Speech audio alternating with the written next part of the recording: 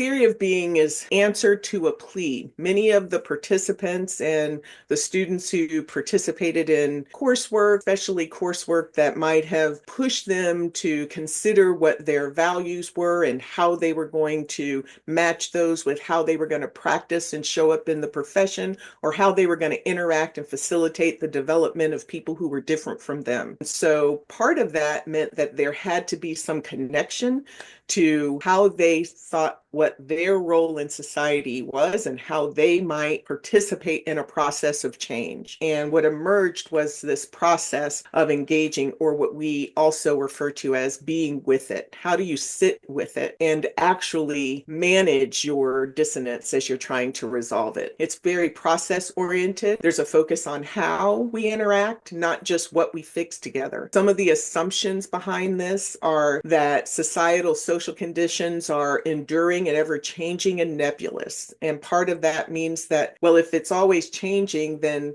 there's not going to be one answer. And even once you find the answer, those answers are going to change again. So how am I with the process of constant change? What can I do to shore myself up, to manage the difference and the dissonance of all this types of change? How can I not be just focused on the answer and being right, but more on the process of exploration that helps me to explore, and the idea that that is a nimble process, and perhaps that the process is more sustainable if you are able to be more responsive rather than having one decisive answer. When we're talking about a difficult dialogue, that's a verbal or written exchange of ideas or opinions between citizens within a community that centers on the awakening of potentially conflicting views of beliefs or values.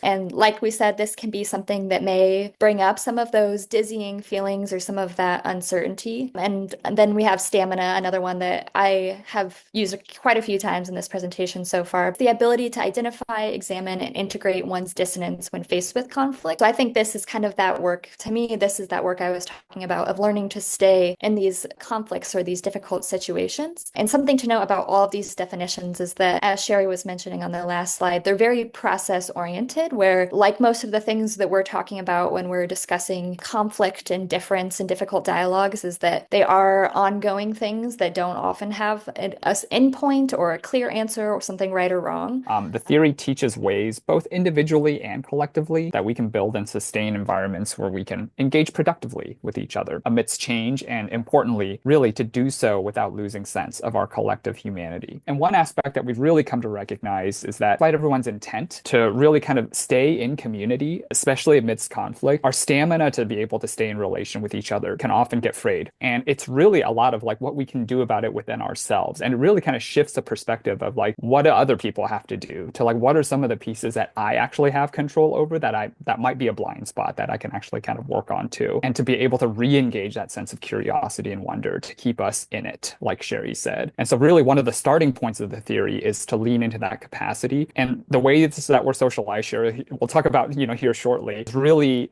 designed to equip us for critique and discernment and things like that. I mean, I think of like my academic training. That's really, the height of what we think of as scientific rigor is your capacity to critique and discern ideas, right? And what we're trying to teach is really a better balance of those skills, but also with our capacity to listen, to relate, and to humanize. We were going to share a bit here about the different ways that being and doing can support each other. And I'm just going to say very generally that doing sort of has an external gaze. You are looking outside of yourself and you're perhaps directing others on what they need to do.